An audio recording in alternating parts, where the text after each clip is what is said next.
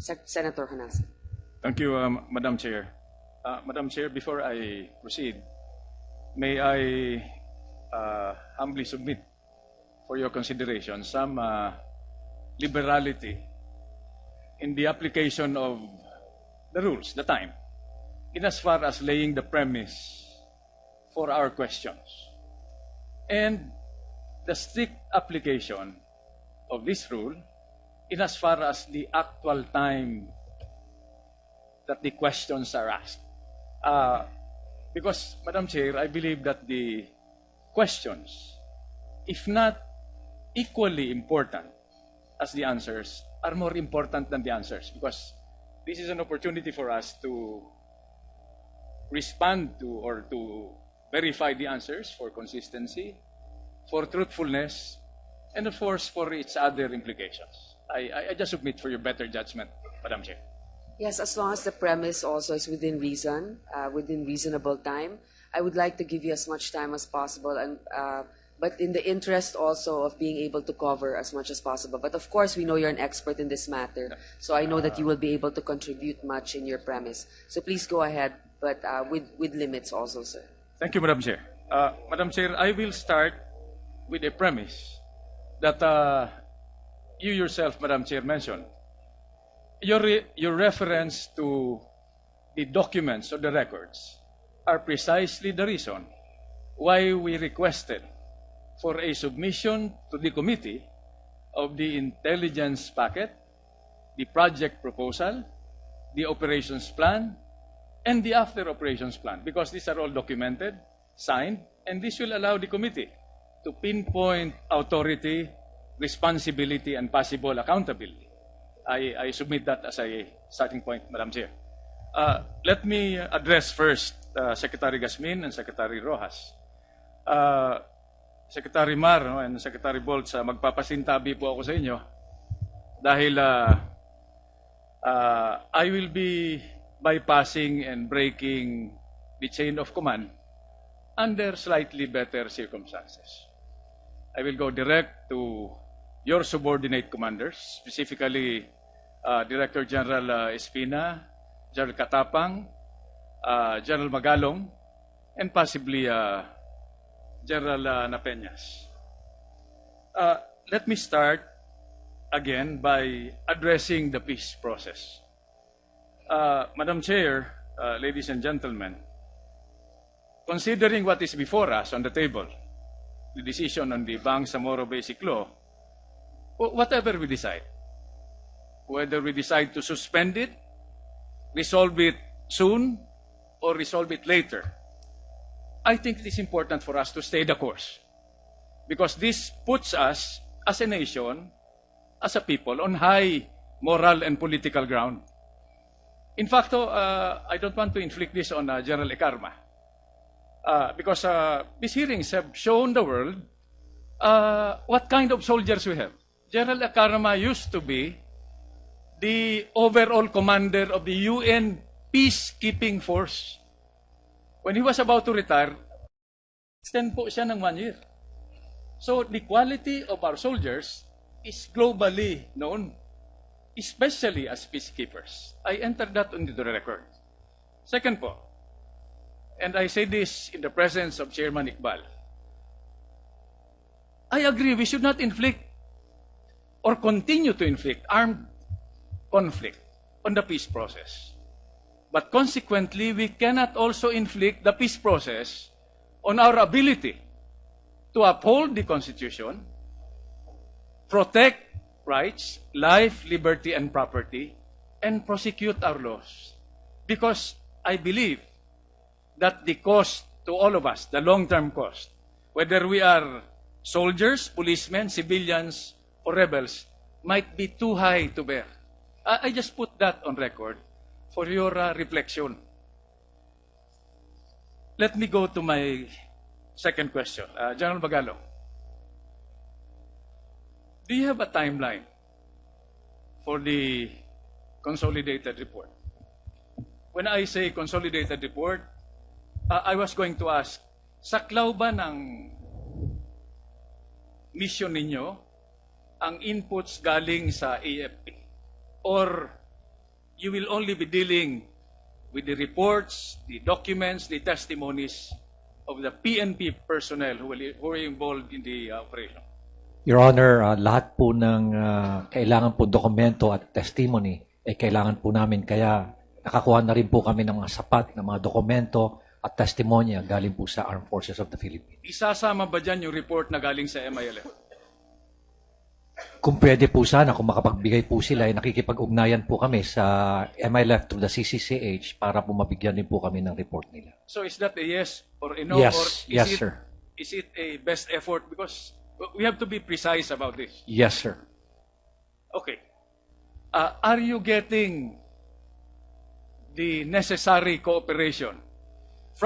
Before you answer, from both the AFP and the PNP and the MILF, or are they part of the problem?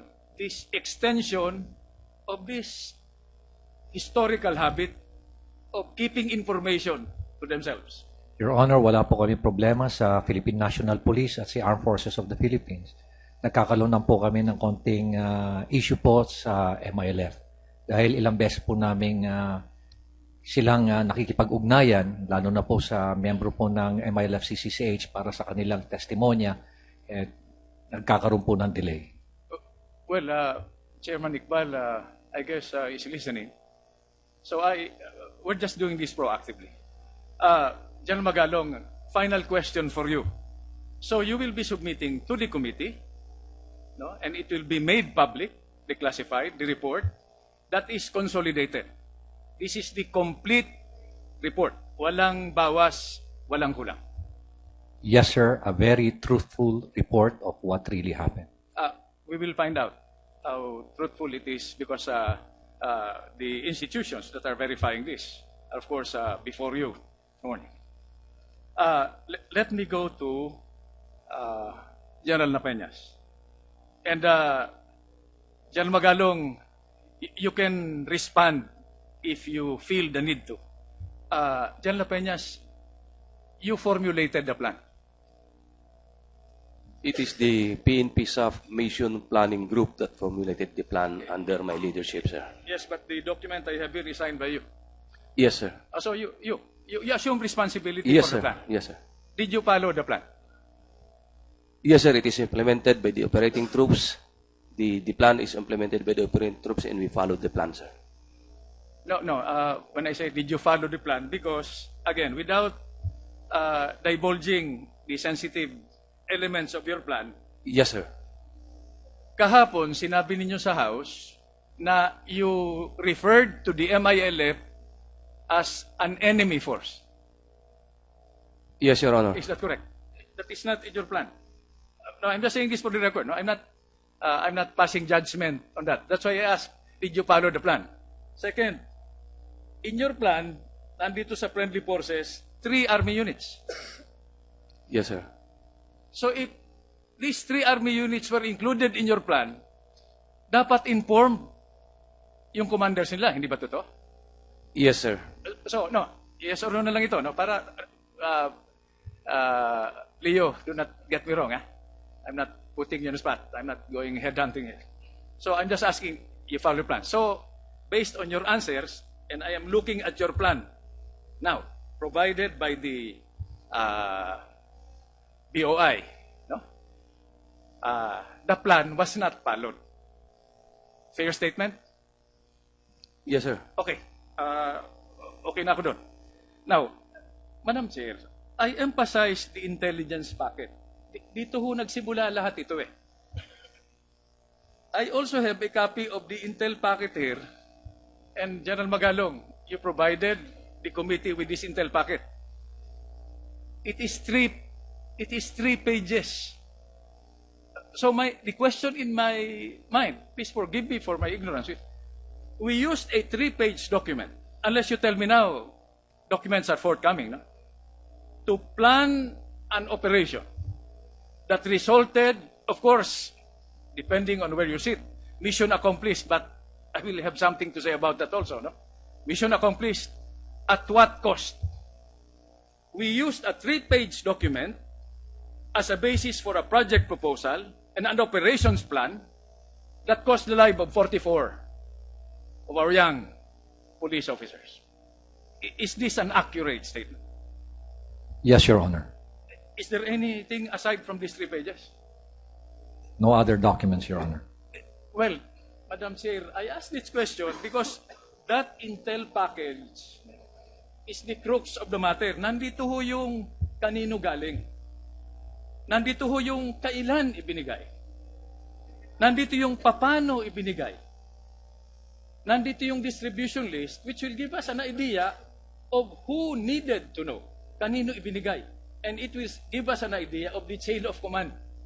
Sino ang report kanino, sino ang nag-uutos kanino. Do you agree, General Magalong? I fully agree, Your Honor. Senator Honasan, if General Magalong will present to us any particular document with confidentiality, and if he requests that, we just be assured that we will respect that and we will redact certain items that will be in jeopardy for our national security. Madam Chair, I will go back to the original premise. After asking General Espina of what documents we can get, and the response through General Magalong is a 3-page document. Madam Chair, malaki ho ang kulang dito. It will give us reason to ask more questions. There are more questions generated than answers, which defeats the purpose of the entire exercise. Sir, please submit the documents that you have already on your inquiry. More than 3 pages, I hope. I'm hearing bells, but I'll just rush through this.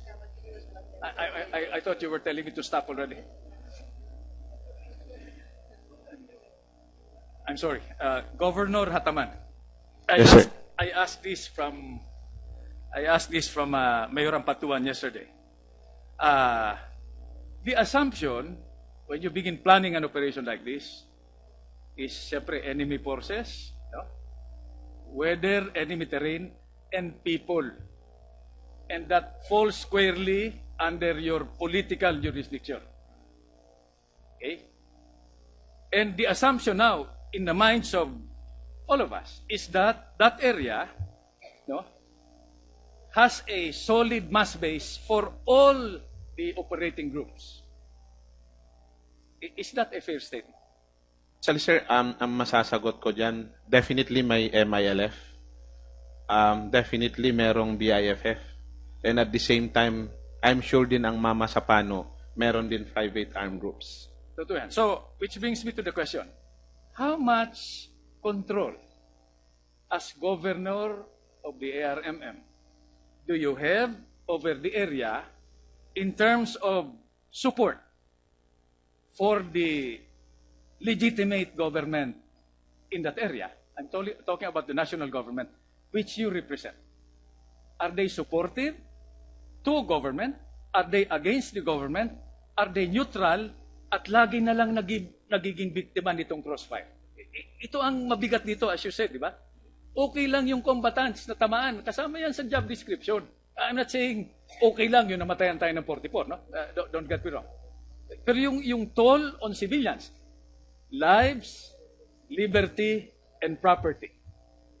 Okay, let's get a statement from you of how much effective control you have over that area.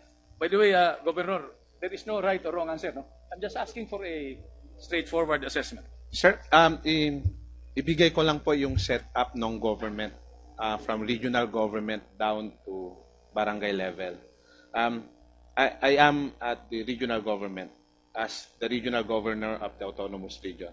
Then after that, we have still the provincial governor. That is Governor Toto Mangadodato. Okay. Second, the mayor. Yung barangay captain. Then yung barangay captain. Okay. So, ang masasabi ko ho dyan, meron tayong mga government services at malawak-lawak yung civilian population dyan sa area na yan. Governor, please forgive me, no? You can actually include this in your reports dahil may report naman kayong sinusubmit sa DILG, di ba? Yeah, Pero actually, what we need for the information of the Filipino people is an assessment of that area. Is it generally, may center line tayo, pro-government, anti-government, neutral, or victims? One word. Sir, to be candid, wala akong exact profile. At this point in time, very critical yung situation, mataas yung emotion, ayaw kong mag-speculate. No, I'm talking historically. That led to this incident. Hindi ito nangyari on January 25 lang. This is the result. But anyway, Governor, we will not burden that issue. No? What I'm saying is, can you please include this in your Yes, sir. report? Yes, sir. Okay. We're also talking about a populace that has total mastery of the terrain. Correct? Diyan sila naglaro nung bata pa sila, di ba? Alam nila, bawat ilog, bawat bato, bawat tanim ng mais. Okay, please incorporate that lang. Okay. Let me go, Madam Chair, to General Espina. General Espina, you are still the OIC. Yes, Your Honor. Okay. Are there ongoing hot pursuit operations to serve the remaining warrants of arrest for those who escaped? Sir, may I... Oh, okay. Yes, sir. So, classified. Classified ba o hindi? Sir, saying yes or no would reveal Okay. intent. So, Secretary Mar, I will accept that. Why do I ask this question? I saw you yesterday in the House hearing. I have an idea of how you feel. You know how to honor these dead heroes of ours? You pursue relentlessly. In fact, you talk to your mista, with your permission, Secretary Volz, Secretary Mar. You talk to your mista, Greg Katapang, and tell them that anybody, any group, and I say this in front of Chairman Iqbal, who stands in the way of the serving of the warrant of arrest and to go after those who mutilated our soldiers, will face the combined force of the AFP and the PNP. That's how to honor them. That's the first step. Yes, sir. The second step, by the way, Secretary Mar, Secretary Bolz, this is not an order. This is just a suggestion. Advice. In the long term, even after you have long retired, but do not be in a hurry to die because you have nothing to report to R44. No? We'll be waiting for you there. You talk to your mista. In fact, most of you are classmates here. No? You talk to them. This must be your advocacy. This must be part of your turnover of command to your successors. That whoever takes over from you, no, until we accomplish our mission of serving the warrants and bringing all this who on videotape mutilated our soldiers, will face the combined force of the AFP, the PNP, the mass base in Mamasapano, and the ARMM, and the entire Filipino people. That is unity of command and principle of objective. And lastly, General Espina, you know what legacy you will leave to our children? Not only your children, my children, and grandchildren, and the children of all our Muslim brothers, and the soldiers, their widows, and orphans. Whatever it takes, you will leave a legacy of lasting peace. Para wala nang kailangang mamatay, kung kailangan man mabawasan. That is going to be our legacy. And I ask this to you in this public hearing para it might help you rationalize what has happened. Finally, Madam Chair, Mr. President, I would like to go back to the issue of management of information. Because this is a public hearing subject to security requirements, we are showing the world the quality of our soldiers, the quality of our people.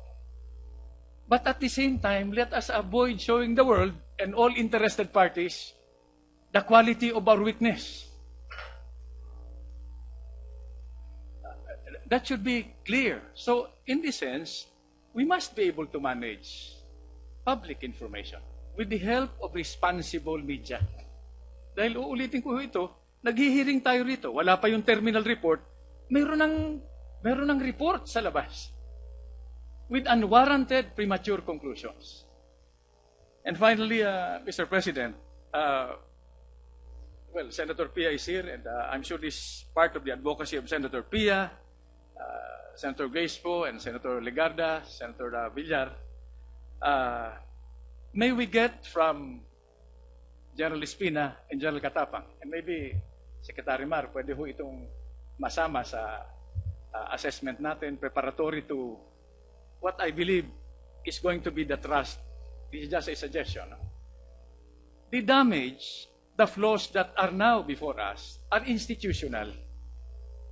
Dapat ang solusyon dito, institutional. Leo, even if we kill every high-value target, Marwan has trained 300 at the least. Diba? Di Bali bombing did not prevent 9/11 or vice versa. Diba? How do you fight an idea for terrorism? You fight it with a better idea. Protect life, liberty, and property, uphold the Constitution, and serve under one flag and under one republic.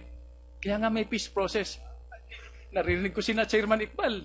Diba? We are Filipinos. Kaya lang, inapinin nyo kami. That's a legitimate revolutionary statement. No, but as long as we accept that we exist, we live under the same, in the same country, no? Diba? We fly the same flag. Then that should be the premise for this. So, please do not rationalize this, that mission accomplished because we prevented. How do you know naman, Leo? Diba? That we prevented. Eh, baka sumama pa nga eh. Diba? So, I'm just saying this. So, back to Secretary Mar and Secretary Gasmin and General Espina and General Katapang, can we request proactively a report, whatever we have in the database, on how we are institutionally attending to the widows and orphans, beyond the press releases and the fundraising, so that we will know exactly not how many thousands of pesos we have spent for them, but how we have furnished, no, we have attended to their education, to food, clothing, shelter, and their future. Maraming salamat po. Thank you, Mr. President. Thank you, Senator Honasan. Our chair had to temporarily attend to some urgent matter. She has requested me to preside temporarily. Next on the list after Senator Honasan is Senator J.V. Ejercito. Thank you, Mr. President. Good morning, everybody. Before I go into that question, allow me, Mr. President, just to make it clear, no? Especially that eminent chair to the panel, Iqbal, is here, that I'm one of those who initially withdrew as co-author of the Bangsamoro Basic Law, well, because of the incident. But this does not make me an anti-Muslim. I just want to clear it, Mr. President, in the presence of Chairman Iqbal, who is here. In fact, Mr. President, there in Green Hills, we have proven that Muslims and Christians can coexist, and in fact, harmoniously work together. And I would say that one of the major contributors to the economic miracle that we experienced in San Juan while I was mayor was because of the Muslim and Christian traders in San Juan, in Green Hills. Well, in fact, I would say that we have helped a lot. I'm sure that Governor Hataman would attest that a lot of Muslim traders have really improved their lives, no, through the years, through our support and to our cooperation. Minsan nga nagkaroon, Mr. President, I know that you're aware of this, that they wanted to establish a mosque in the Green Hills area, which became controversial. In fact, one of the editors of a major daily vehemently opposed this, but I fought for this because that's how we value our Muslim brothers. Just to be clear, Mr. President. I'd just like to ask any from the AFP chain of command, General Katapang or whoever, the division commanders could answer this. Continuing, no, with the questioning a while ago, there was a serious situation already happening in the morning. And you were already aware and you were already advised as early as 6 a.m. The President was there in Zamboanga around 10 o'clock. Ang tanong ko lang ho, there was a serious situation kasi yung sabi niyo ho kanina, General Gatapang, ang inyo pong concentration doon sa bombing, no, na 2 ang namatay, 3 po ang nasugatan. Dito po, that's why I call it serious. 4 o kung at that time siguro o 11 o 10 ang namamatay ng SAF commandos. Bakit hindi niyo sinabi kay Code 1, ang ating Commander-in-Chief, na dapat malaman niya dahil ito po ay serious situation? Mr. President, Your Honor, at that time na nag-text po si Director Purisima o Director General Purisima, wala pa pong casualty report na natanggap. Ang sabi niya lang po kung pwedeng ma-assist sila. And then, mga bandang 3:00 ng hapon na po dumating yung mga information na malaki na po yung damage. At nung pumunta kami, nung nag-meeting na kami, after ng hapon, doon na po lumabas yung usapan na malaki na po yung damage. Kaya sa umaga po, hindi ko po minarapat na impormahan ng ating presidente dahil alam ko ang pagpunta niya doon para ayusin ang problema po sa Zamboanga, Your Honor. So, General, you mean to say that you only informed the Commander-in-Chief when the casualty already, the reports of that there was already a big casualty nung ongoing operation, hindi nyo pinarating. Considering that this is already I would say that I consider this a serious situation already. Mr. President, Your Honor, I never informed the President. Bigla na lang po itong lumabas na usapan kasi nga po si Jel Guerrero nagre-report na po nung hapon na yon, and then doon na po, wala pong akong, hindi ko talaga po, sa totoo, hindi ko na-inform ang ating Pangulo. Anyway, we'll take your word for that, but parang mahirap po kasi paniwalaan, Mr. President, na the Commander-Chief was left in the dark in a situation like this. Lumalabas ho na ang AFP ay halos 12 oras, no, bago nakatugon o nakasaklolo. You were informed around 6 a.m. at yung unang putok ng phosphorus, white phosphorus, happened at around 5:30.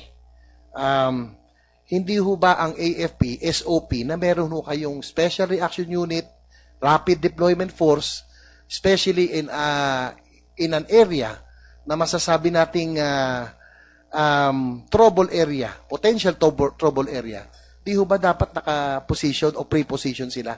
At any time, kahit na meron tayong ongoing peace process, wag naman tayong magpapakampante. Kung meron nga, if kaya nga may SRU, meron rapid deployment, if something goes wrong, dapat sa isang tawag pa lang, naka-deploy ka agad. Ano po ang nangyari?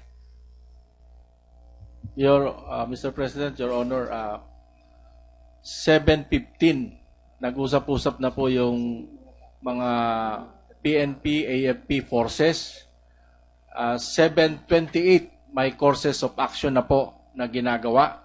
At ibibigay ko po, with your permission, si General Pangilinan kung ano na po yung mga succeeding actions na ginawa. Sige po, General Pangilinan. I understand, no? Ayoko pa ulit-ulit. Narinig ko na rin yan. Kaya lang sinasabi nyo kasi, it takes time, yung coordination, wala. It takes time to prepare, alamin yung mga grades, pero pinadala na yung grade coordinates.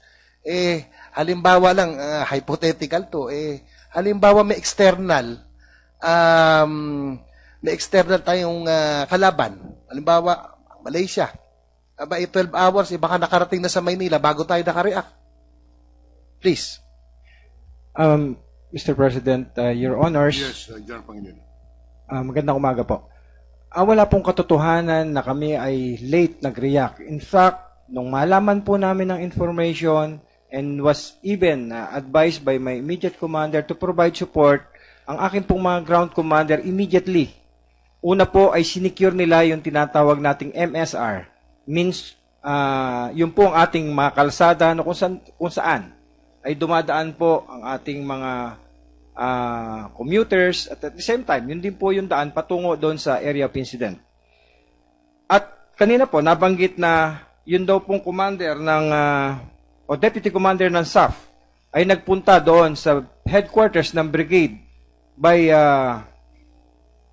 7:15.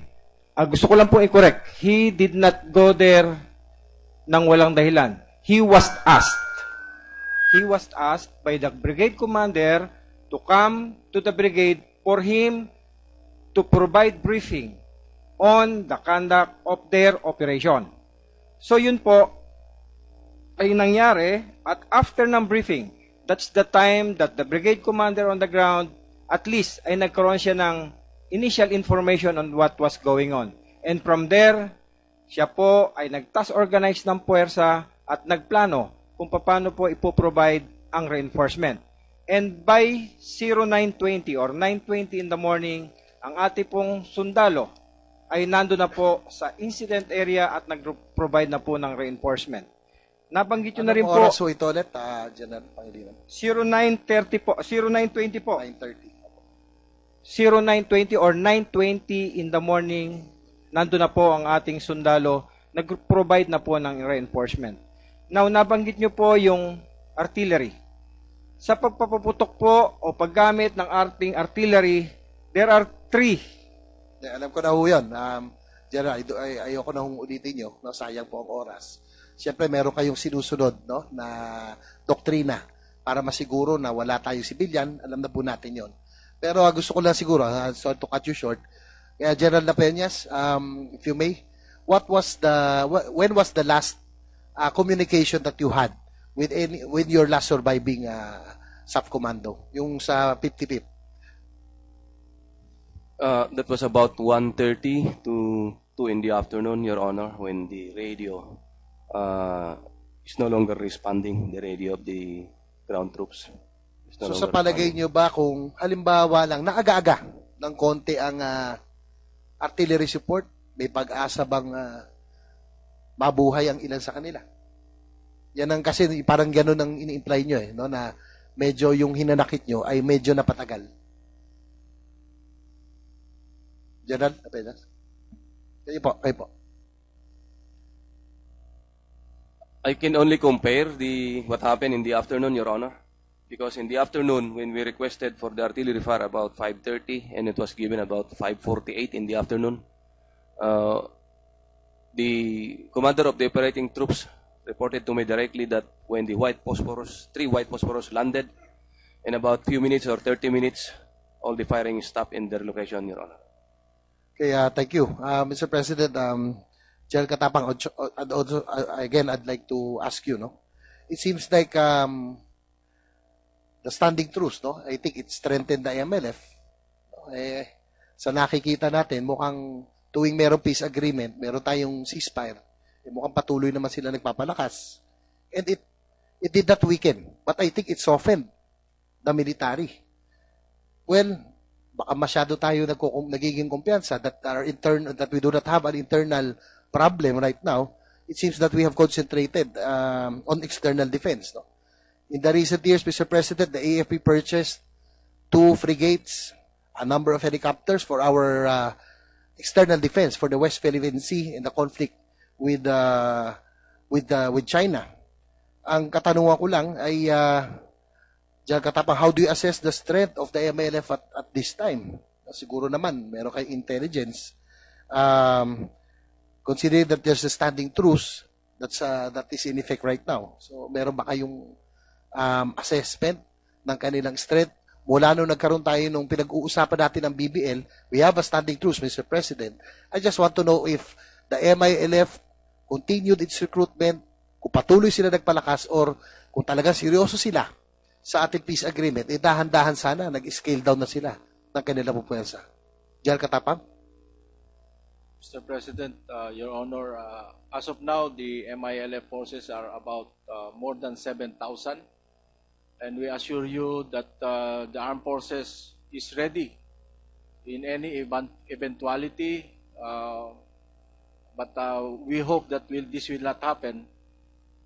Yung sa modernization naman po, yung army po natin, Marami po tayong armor assets, may mga aeroplano rin tayong mabibili and attack helicopters that can be used if need be. And hopefully not if the situation warrants, Your Honor. Thank you, General Katapang. Tanungin ko na lang, perhaps General Guerrero or Pangilinan can answer. Doon sa Westcom, Western Mindanao, Mr. President, that's a potential conflict area. Wala po ba talaga tayong, nung nabanggit nyo, wala tayong air assets? Don't we have any air assets? Nasaan yung mga MD-500 attack helicopters natin? O yung mga Bronco bombers? Nasaan po sila naka-deploy? Considering that in Mindanao, ito yung pinaka-mainit na area. Mr. President, Your Honor, we indeed have air assets. That is under the air component we call 3rd Air Division. The 3rd Air Division covers the entire Mindanao, but we are using the assets being deployed in my area for support to my operating troops in Basilan, in Sulu, in the Zamboanga Peninsula for the 1st Infantry Division, and the 6th Infantry Division for Central Mindanao, Your Honor. Just a word of caution. You know, these are, from where I sit, issues where our assets are located, etc. I'm not very comfortable that this can be revealed publicly, but it has already been revealed. So I would caution our armed forces, our resource persons, to use your discretion, because this committee is very responsible. If you invoke that this involves national security, say so, and we will sustain your position that we should not reveal this. And I'm sure the senator asking the question would understand. But the way it has been happening, you're so free to answer the questions, and sometimes my attention has been called. But I would like to think that we ask the questions, we did not know what the answers are, and it should be the resource persons who should tell us if they feel that this involves in national security. Just a word of caution, General.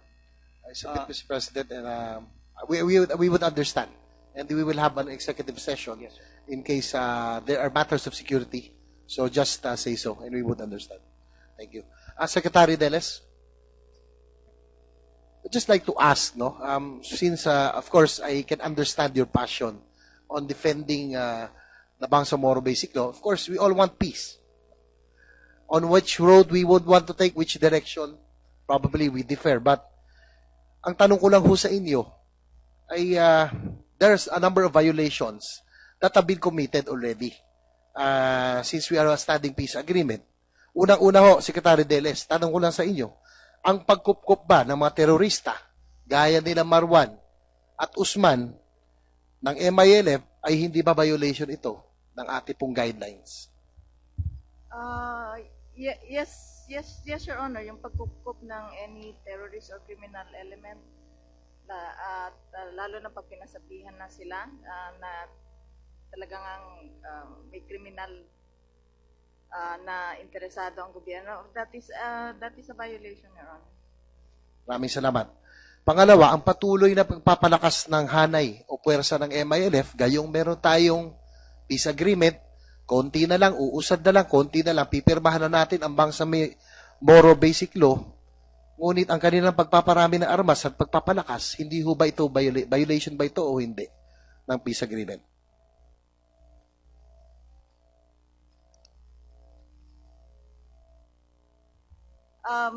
Your Honor, it is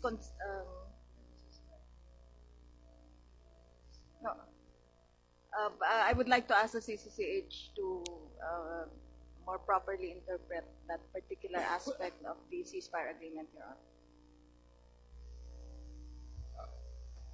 Magandang hapon po, Your Honor. Sir, pertaining po sa consistent na training na report, we are validating it, and then just in case that the unit that seen that training is already being conducted, they will write a protest to us, and then they will convey to the counterpart that there is an ongoing training, And most of the time, the training that we saw is more on the political building mechanism in preparation for the normalization, sir. Thank you, General Alvarez. Just for your information, I had the chance, Mr. President, I had the chance to talk to one of the survivors, SAF survivors, no? And they said that the amount of gunfire, ito po yung description lang, overwhelming that they received. So, ibig sabihin, yung dami ng bala at yung sophisticated weapons na gamit po ng MILF ay talagang overwhelming. And there have been reports, Mr. President, I hope that you would look into this, General Alvarez, that they already have a arms manufacturing inside the MILF controlled areas. So kung sakasakali, Mr. President, mukhang ang panig na pamalaan ay ginagampanan yung ating pong panig para matuloy ang peace process. Mukhang yung kabilang side ay mukhang questionable. Thank you, Gerald. A few more points, Mr. President. Just like to take advantage of the presence of I hope we can wind up. of course, just 2 points, Mr. President, of MILF Chair of the Peace Panel, Iqbal. Chairman Iqbal, what do you mean that not unless the BBL is passed, the MILF remains to be a revolutionary organization?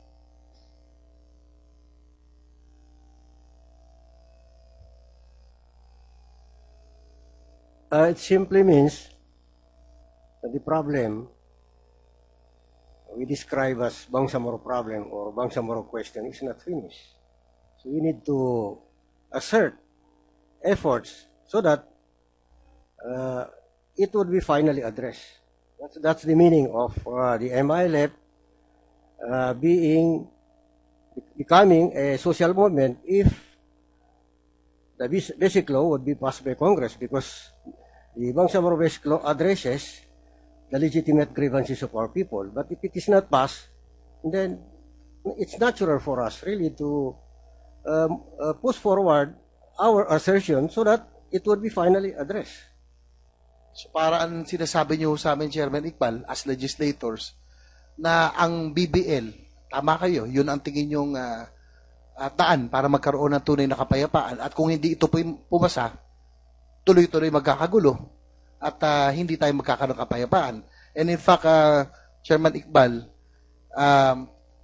ito pong nasa pahayagan, mukhang show of force na naman ito eh. Sana hindi naman kami hino-hostage bilang mga mambabatas na parang sinasabi niyong wala kayong choice kundi ipasaya kung hindi gera. With the Standing Truce Agreement, Freeze Agreement, Chairman Iqbal, did the MLF continue to recruit, build up arms, and strengthen its ranks? Sagutin ko muna yung unang tanong na pag hindi na ipasa, ibig sabihin patuloy.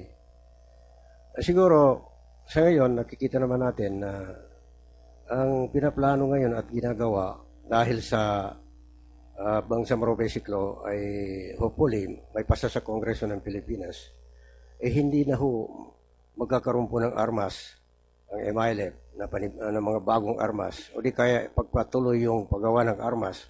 Noon po, aminin po namin dahil sinasabi namin na talagang nagpo-produce kami ng armas. Pero ngayon, dahil ang pinag-usapan nito kapayapaan at pinag-usapan din dito yung decommissioning, siguro palagi ko wala nang saysay yung pag-uusap ng nadagdag ba ng armas yung MILF, nagda-training kasi decommissioning na po ang inaatupag ngayon ng MILF pati sa gobyerno ng Pilipinas yung po ang pinag-usapan namin. Although decommissioning will not take place alone. It has to be linked with other processes in the normalization program for the Bangsamoro.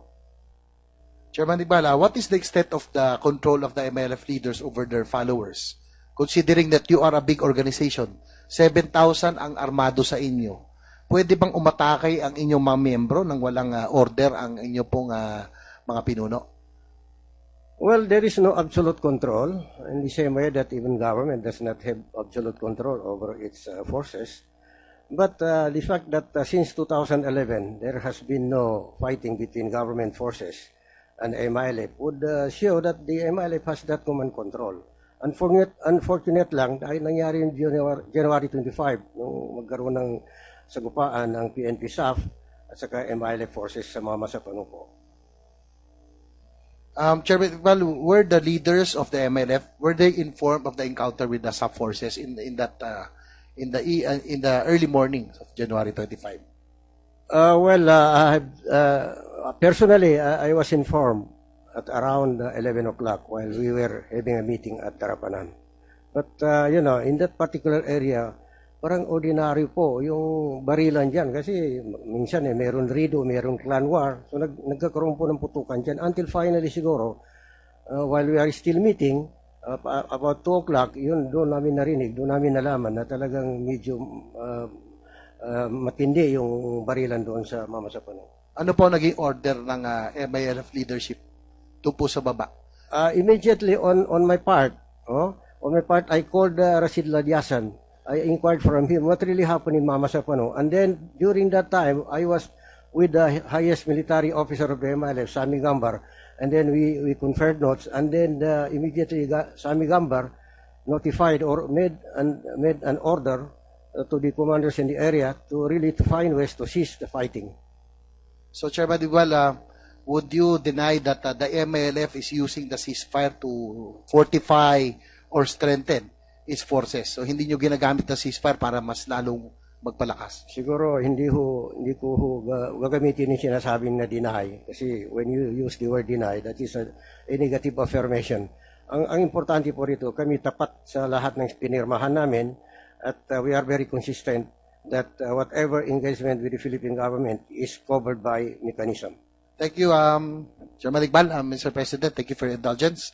I am ending my questions, but I just like to make a manifestation, just like to commend General Espina for standing up, for fighting for your troops, and seeking justice for your men. I just like to let you know, General Espina, na hindi ka nag-iisa. Gaya ng buong sambayanan na Mr. President, tayo ay naghihintay din ng mga kasagutan. Thank you very much, Mr. President. Thank you very much, Senator Ejercito.